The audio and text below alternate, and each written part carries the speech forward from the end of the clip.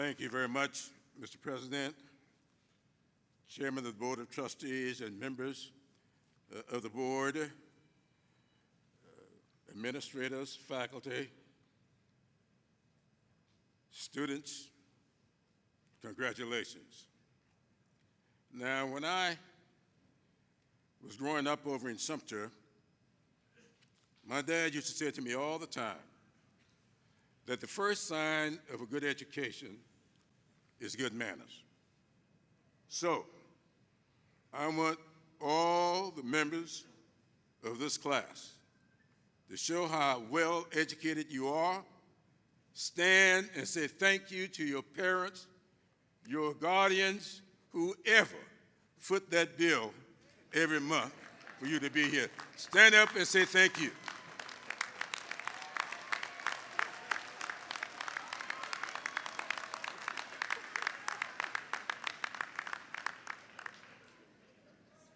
Secondly, I want to say to the graduates here today that when you start out on your life's journey,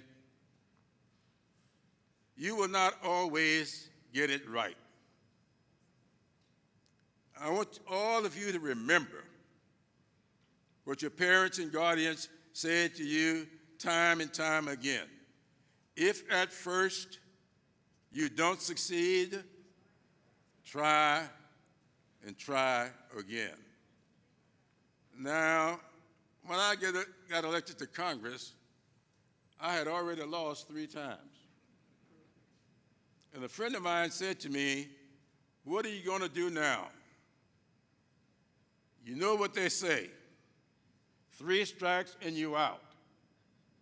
I said to my friend, that's the baseball rule. And nobody should live their lives by baseball rules. So I'm going to say to you, graduates, no matter how many times you attempt, you keep trying until you get it right. Don't give up. Now, thirdly, I want to say to you that don't be afraid to step outside of your comfort zone. You know, a lot of us are limited in what we do because we want to be comfortable throughout the whole process.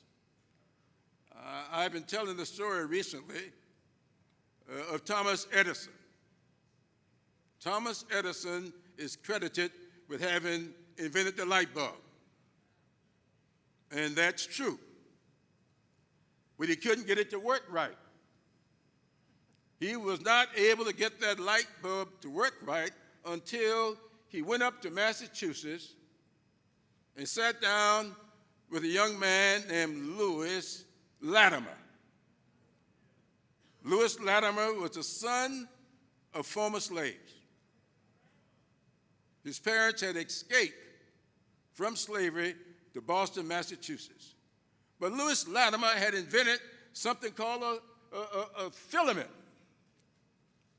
And someone said to Thomas Edison, you know, you might be able to get that light bulb to work right if you get outside of your comfort zone, go up to Massachusetts and sit down with this black guy named Lewis Latimer and get that filament that he has invented, and you might be able to get the light bulb to work. Thomas Edison did that. Both he and Lewis Latimer got outside of their comfort zones, and they have lit the world. So I want to say to each and every one of you, I matriculated here 64 years ago this past September. Also in that class was my late wife, who came to this campus in a pickup truck. Her family didn't own a car. She had a footlocker on the bed of that pickup truck. And she came to this campus from a little 22-acre farm in Berkeley County. I don't know what was expected of her, but I know what she did. She came across a little wayward guy from Sumter, South Carolina, and turn him into a United States Congressman. So there is no limit.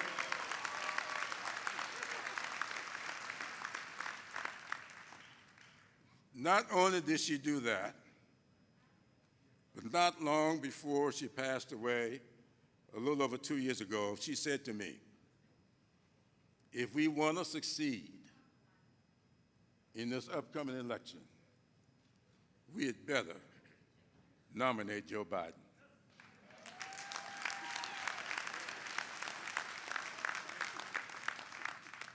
She passed away before the South Carolina primary.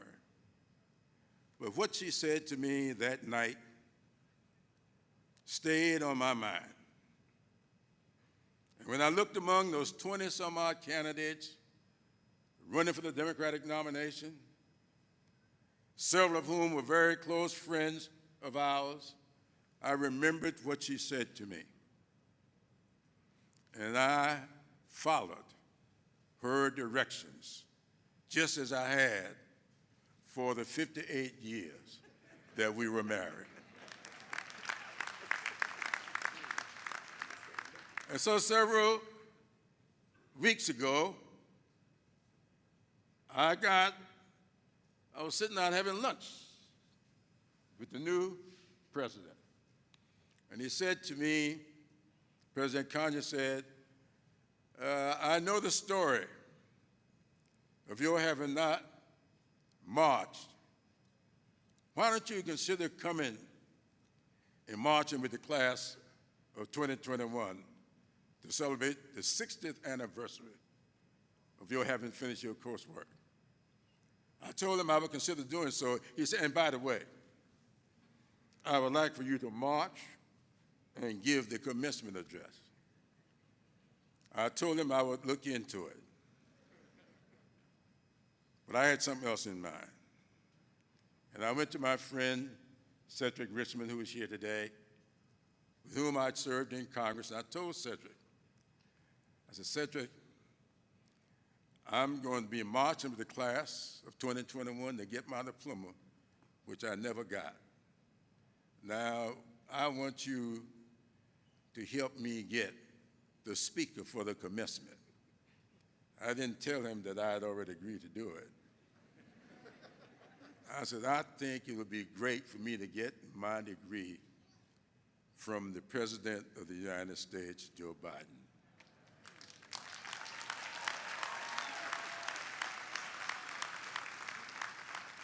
And Cedric told me he would look into it. Well, when we reached out to Joe Biden, he immediately accepted. And I'm told that the proper way to introduce the President of the United States is by simply saying, ladies and gentlemen, the President of the United States.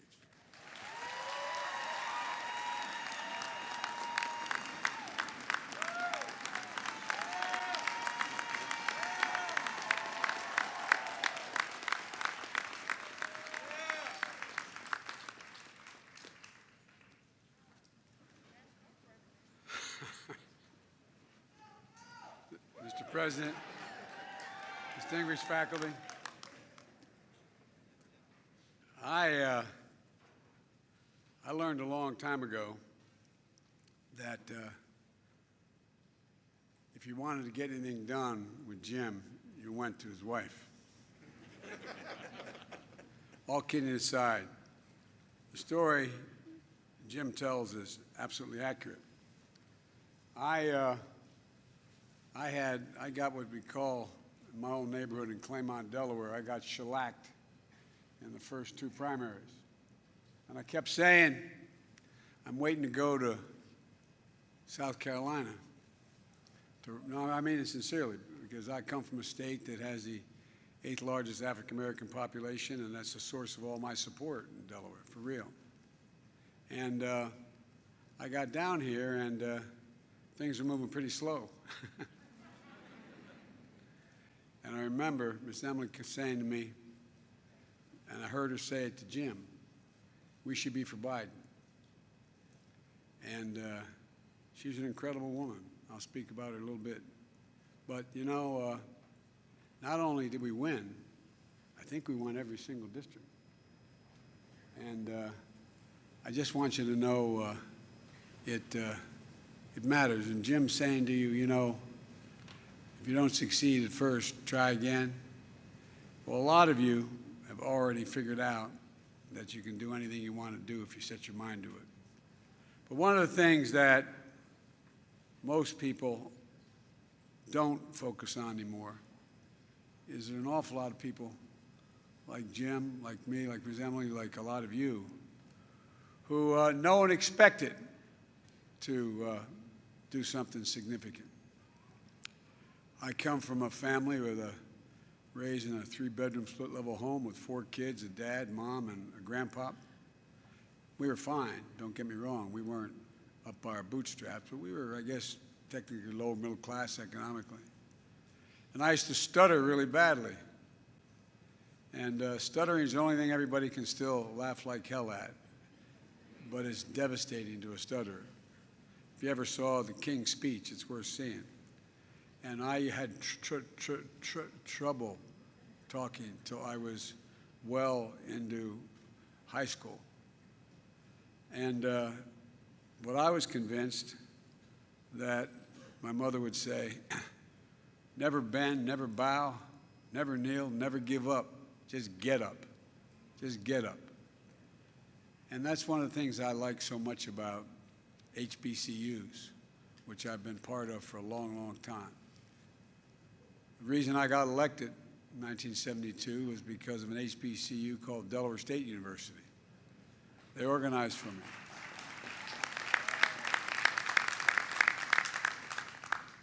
So, folks, you're inheriting an incredible tradition graduating from this university. On Inauguration Day, I placed my hand on the Bible and looked out toward the National Mall, and what I see? I saw a South Carolina State baseball cap. Oh no, not kidding, not kidding. Talking to 2 former presidents, Clinton and Bush. Today I look out and I see Jim in his South Carolina State cap and gown. Jim, I'm honored you asked me to be here, and as you receive your diploma you earned 60 years ago, but never got a chance to receive it in person. You know, I know this, that Miss Emily's here. Her spirit and the students are here today. Students on scholarship in her name. Students in the Honors College in her name. And she is always in our hearts. She was a genuine gift, a dear friend to Jill and me, and a great American. And she loved this institution. She loved this institution. Thank you, President Conyers, the Board of Trustees, the faculty, staff, one of our nation's great universities. Though I'm from Delaware, I've got to put Delaware State up there. The president of Delaware State used to work for me, went and got his doctorate and said, this is not the good job, I'm going to be president of the university. But all kidding aside, of course, President Harris is a proud Howard alum. She might have something to say about Delaware State. And to my family and friends, the class of 2021, I know the pride you feel for this day as well. Graduates, you already did this because Jim did it, but I always do it, and Jim, as usual, always is ahead of me. You really do owe those folks up in the bleachers a whole hell of a lot. A whole heck of a lot. And I'm sure not a one turned to his husband or wife and said, guess what, no tuition next semester. But I just want to say to the parents, we know, like my family, know the sacrifices you made to make sure this day arrived. And you're the ones that helped you get through this period, and you got a lot to look forward to. Graduates, I know you've already stood to thank your parents and your families, but you know, the fact is that congratulations, you earned it. You earned every bit of it. I know it wasn't easy. Remote learning, fearing getting sick from COVID-19, feeling the pain for those who lost loved ones, and you know people who've lost loved ones. The uncertainty of a devastated economy, the reckoning on race not seen since the 50s and 60s. Your time here has come during a tumultuous and consequential moment in modern American history, and has led you to graduate at a real inflection point in history. No graduating class gets to choose the world into which they graduate. Every class enters the history of the nation up to the point that has been written by others. But few classes, every once in a few generations, enter at a point in American history where it actually has a chance to change the trajectory of the country. And that's not hyperbole. You face that inflection point today, and I'm confident you'll meet the moment. You're ready because you're part of a proud and sacred tradition, an HBCU tradition, more than 180 years of excellence, institutions that instill a sense of purpose and commitment to make a difference in all their students, not just to lift up yourselves, but to lift up others. An institution grounded in the belief that every American of every race, background, and zip code should have a fair and equal chance to get as far as their God-given talents give them.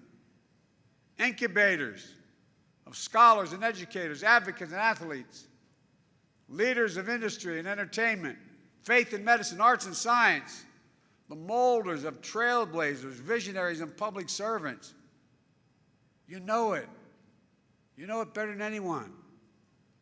HBCUs have helped produce 40% of all the black engineers in America. 50% of all the black lawyers in America. 70% of all the black doctors and dentists in America. And 80% of all the black judges in America. Folks, I see HBCU excellence every single day in my administration, and I'm not exaggerating. Vice President Harris, my cabinet, Michael Reagan, Administrator of the EPA, senior White House staff across my entire administration, graduates, I'm here to congratulate you, but also to let you know that your country, and this is not hyperbole, is counting on you. They're counting on you to change, to turn the dial at a moment we have a chance to do it. And that I'm committed to doing everything I can to make real the promise of America for all Americans, for all of you. That's why my administration has delivered $5 billion so far to HBCUs just this year. Just this year. With more to come. Because there's nothing you're unable to do if you have the product, if you have the laboratories, if you have, well, a lot of these HBCUs aren't endowed like these other universities. For South Carolina State, it helped. It helped clear the balances of more than 2,500 students in student debt. It helped students weather financial hardships caused by the pandemic and stay in school. It financed the Residence Hall, the largest in South Carolina. And that's why we're working to increase, and we will get it done with Jim's help in the House, Pell Grants by another $1,500, so particularly black students and lower-income families can attend community college, four-year schools, and black universities, HBCUs. That's why I'm proposing a historic investment to create and expand HBCU programs in high-demand fields like cybersecurity, engineering, and healthcare. These are the big-paying jobs getting out now. But too many HBCUs don't have the laboratories, don't have the capacity. They have the intelligence, they have the intellectual capacity, but they don't have the research dilemma in front of them. We're going to create new research and development labs to prepare students for jobs of the future and establish HBCU research hubs all across this nation.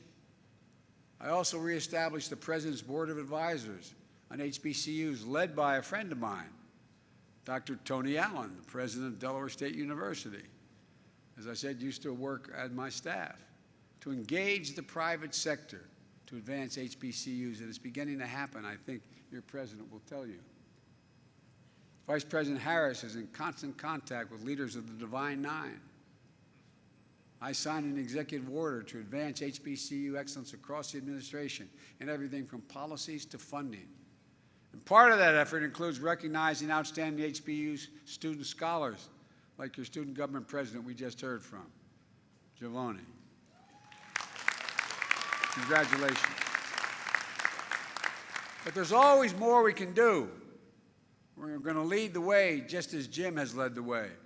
What makes Jim so effective as the highest-ranking Southern African American ever in the House of Representatives is Jim never forgets where he came from. Don't you ever forget where you came from. That's your secret power. You understand. There's no one more effective who knows how to get things done than someone who understands the need to get things done and the people who need it. I mean it.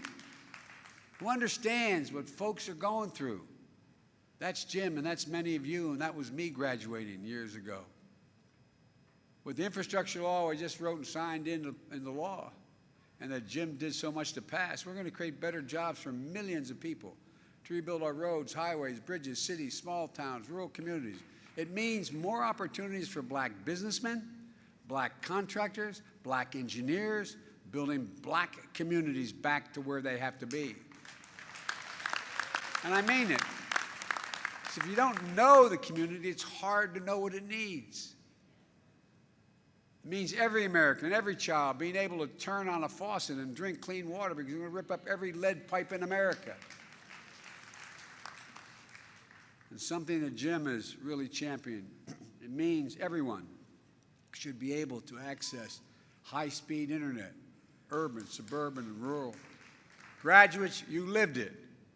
No student should have to go to a coffee shop or a fast food restaurant to get the internet so they can do their homework. We're going to make sure it never happens again. This is the United States of America, for God's sake.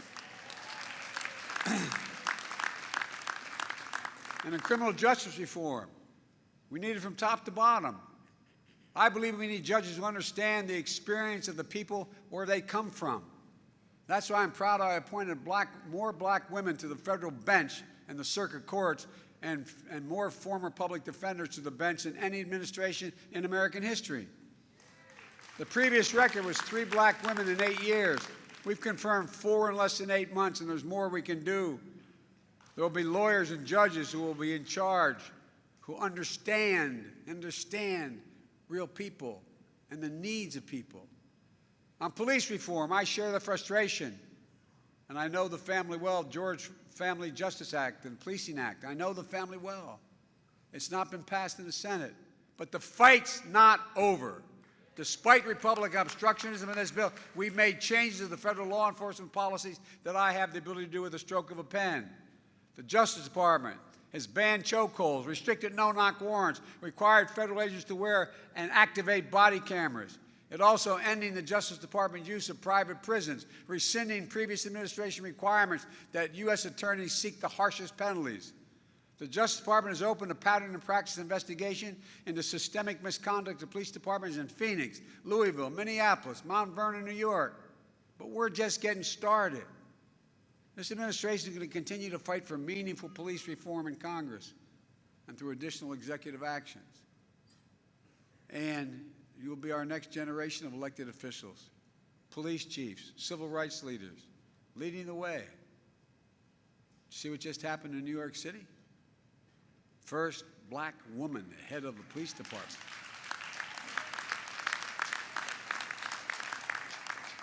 With my American Rescue Plan, which passed right after historic investment in community policing and violence intervention programs that are shown to reduce violent crime as much as 60%. We don't have to spend less money. We have to spend more money in police to give them the kind of help they genuinely need. Why is a police officer showing up to the suicide threat, someone trying to jump off a building? We need more social workers there. We need more psychologists there. They need help. They're basically good people. Prevent violence in the first place. We're expanding summer programs and job opportunities and other services to keep young people safe and set them up for success. We're helping formerly incarcerated people re-enter their communities. Somebody gets out of jail now after serving their time. What do they get? They get a bus ticket and 25 bucks. And they end up under the same bridge that got them there in the first place. So I'm going forward to make sure that everything that's available to anybody else is available to them, notwithstanding the fact they had already served their time. We're going to reinstate access to Pell Grants, job training, apprenticeships, proven pathways to a better life. But we need you. We need you to lead a lot of these efforts. We're also working to stem the flow of firearms and rogue gun dealers, the current epidemics of gun violence in this country. No greater victims than the black communities. We talk about these massive shootings. Well, guess what? There's a massive shooting every day in urban America, the number of lives that are taken. But you'll lead the way as community leaders, educators, faith leaders, nonprofit leaders. So my daughter's doing right now, she's a social worker. She's heading up boys and girls clubs all across the country. You got to give people alternatives. You got to give them a reason to think they can make it. We're also going to use the federal government's purchasing power to unlock billions of dollars in new opportunities for devastated small businesses, including minority-owned small businesses to access government contracts. The goal I've set is 50% increase in the number of minority contracts going to minority firms by the year 2025. Because, folks, what we learn? We learned there's no difference between a black entrepreneur and a white entrepreneur in success, except the black entrepreneur usually doesn't have a lawyer, usually doesn't have someone who is going to be there, an accountant, to get it all set up. Their idea is as profound, but the help is missing. You'll be the entrepreneurs and business owners accessing that opportunity and reinvesting in your communities. On housing, it isn't right. If a builder goes out and builds the exact same home on two different sides of an interstate, one in an all-white neighborhood and one in an all-black neighborhood, same exact home, the moment the last screw or bolt is put into that home and somebody occupies it, the black home is worth 20% less than the white home. The moment. You live in a black community, you have a better driving record, someone lives in an all-white community. Same automobile, your insurance is going to be higher. It isn't right. That home owned by a black family is appraised at a lower rate. At the same time, the home owned by the white family is raised more. We're aggressively taking on housing discrimination. How do folks make it to the middle class from working class circumstances? And many of you have done that. Many of your parents have. You build equity in your home. That's how 90% of the folks make it to the middle class. They get an opportunity to own a home and they build equity in the home. Allows them to borrow it against later, to send their kids to school, to do a whole range of things. And you're going to be the ones having to lead the way, not the ones just benefiting. You're the ones going to have to lead the way because you understand. Maybe most important of all, we have to protect that sacred right to vote, for God's sake. Think about it. I got started in politics because of the civil rights movement. I noticed some of you were looking at it. I thought you were wondering, how does he know the black national anthem? Well, because I sat in a black church after going to 7 o'clock Mass. I'm a practicing Catholic. At 10 o'clock on the east side, getting ready to go out and desegregate restaurants and movie theaters in my state. Well, guess what? I've never seen anything like the unrelenting assault on the right to vote. Never. I don't think any of you have on this stage ever seen it. Not a joke. And folks, you know, as John Lewis said, it is the only, without the right to vote, there is no democracy. It's not just about who gets to vote or making it easier, as we used to try to do to make people eligible to be able to vote. It's about who gets to count the vote, whether your vote counts at all. Folks, I was chairman of the Judiciary Committee for a long time. At the end of my stint, before I became vice president, I was able to pass the extension of the Voting Rights Act for 25 years, and guess what? And convinced Strom Thurmond of South Carolina to vote for it. No, not a joke. I thought we're finally beginning to move. But this new sinister combination of voter suppression and election subversion, it's un-American, it's undemocratic, and sadly it is unprecedented since Reconstruction. Vice President Harris is leading the efforts for us, but on the anniversary of Bloody Sunday, I directed every single federal agency in the United States government to promote access to voting, and each agency is heading and heeding the call. For example, the Department of Veterans Affairs is going to make it easy for veterans and their families to register to vote. You know why? Because we're going to use VA facilities, and they're going to open them up for everybody, and nobody's going to stop anybody. But across the board, in addition, the Justice Department, my Justice Department has doubled the voting rights enforcement staff, challenging the onslaught of state laws undermining the right to vote. We've supported Democrats fighting for voting rights bills since day one of our administration, making sure that we have unanimous support among Democrats in the Senate, which we do. But each and every time it gets to be brought up, that other team blocks the ability even to start to discuss it, that other team. It used to be called the Republican Party. But this battle's not over. We must pass the Freedom to Vote Act and the John Lewis Voting Rights Act. We must. And we're going to keep up the fight until we get it done, and you're going to keep up the fight, and we need your help badly. And finally, we continue to confront the oldest and darkest forces in this nation, hate and racism. You know, there's a through line from Orangeburg massacre that happened 53 years ago that killed 3 students for whom this very area, this very arena is named, to darkness that pierced the grace of Mother Emanuel Church in Charleston, which I visited right afterwards 6 years ago, to the torches, those you ever think you'd see in the modern times, people coming out of the fields down in in Charlotte, Virginia, Charlottesville, Virginia, carrying torches and Nazi banners, screeching the most anti-Semitic and anti-black rhetoric in history.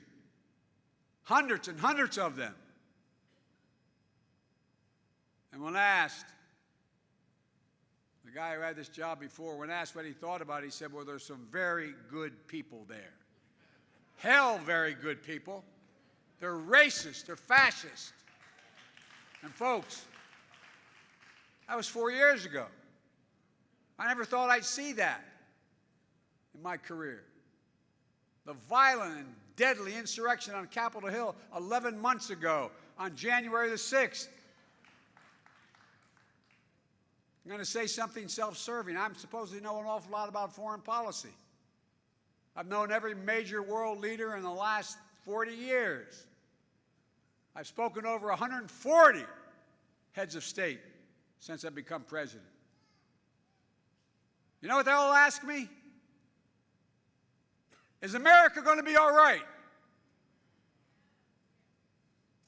What about democracy in America? Did you ever think you'd be asked that question by another leader?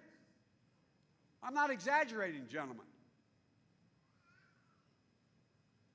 Leader of China, Xi Jinping, who I've met with more than any other world leader,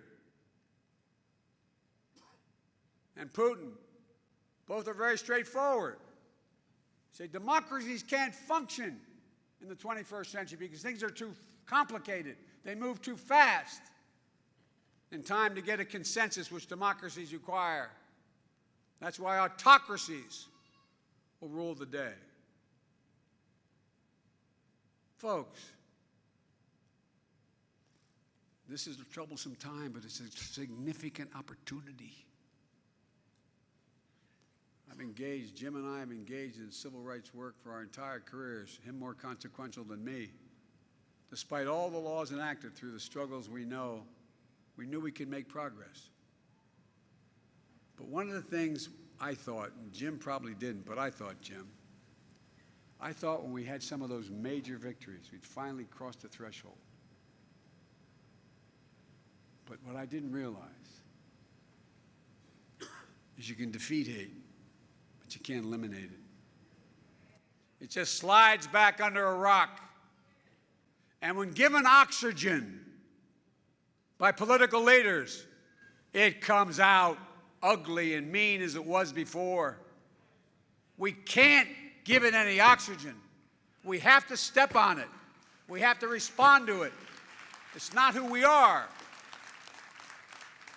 It's a minority, but if the majority doesn't speak up, it has a profound impact. That's what we've seen the last few years. We must not give hate any safe harbor. We have to shine as bright as the light as we can on it. That's the ultimate disinfectant. Call it out. And you're going to be the light. You're going to have to be the light. Let me close with this. The history of the journey of America, progress and possibilities, is written by people who sat where you're sitting right now. Again, not hyperbole, it's a fact. People like Jim and Emily Clyburn, students who met in a jail cell after standing up for what was right and just, who never stopped. In 1961, they were you. Now in 2021, you are them. You're part of one of the most gifted. This, again, is not hyperbole. Listen to me, and I'm being precise. You're part of the most gifted, tolerant, talented, and the single best educated generation in all of American history. You are. But with that comes a hell of an obligation. You accept people as they are, black, white, Latino, Asian, Native American, gay, straight, transgender, abled and disabled. You see them as people, as fellow Americans who deserve respect and dignity. You're going to see more change in the next 10 years than we've seen in the last 50 because of the incredible change in science and technology. You're going to see us traveling commercially in the next 20 years at 12, 15,000 miles an hour. Subsonic speeds, supersonic speed. I mean, the things that are going to change. But it's required the educated population you represent to understand it, to translate it, to move it. I have every confidence that no matter your career, you're going to translate change into a greater opportunity and happiness and prosperity for you and the world around you. When I looked out on Inauguration Day, I saw that South Carolina baseball cap that I saw. Well, your hope and your optimism. That's why I asked a 22-year-old Amanda Gorman, the youngest inaugural poet in history, to read her poem. As a matter of fact, my professor wife, Jill, we're still teaching full-time, found her and asked her to speak. And here's what she said in her poem. So while once we asked, how could we possibly prevail over catastrophe?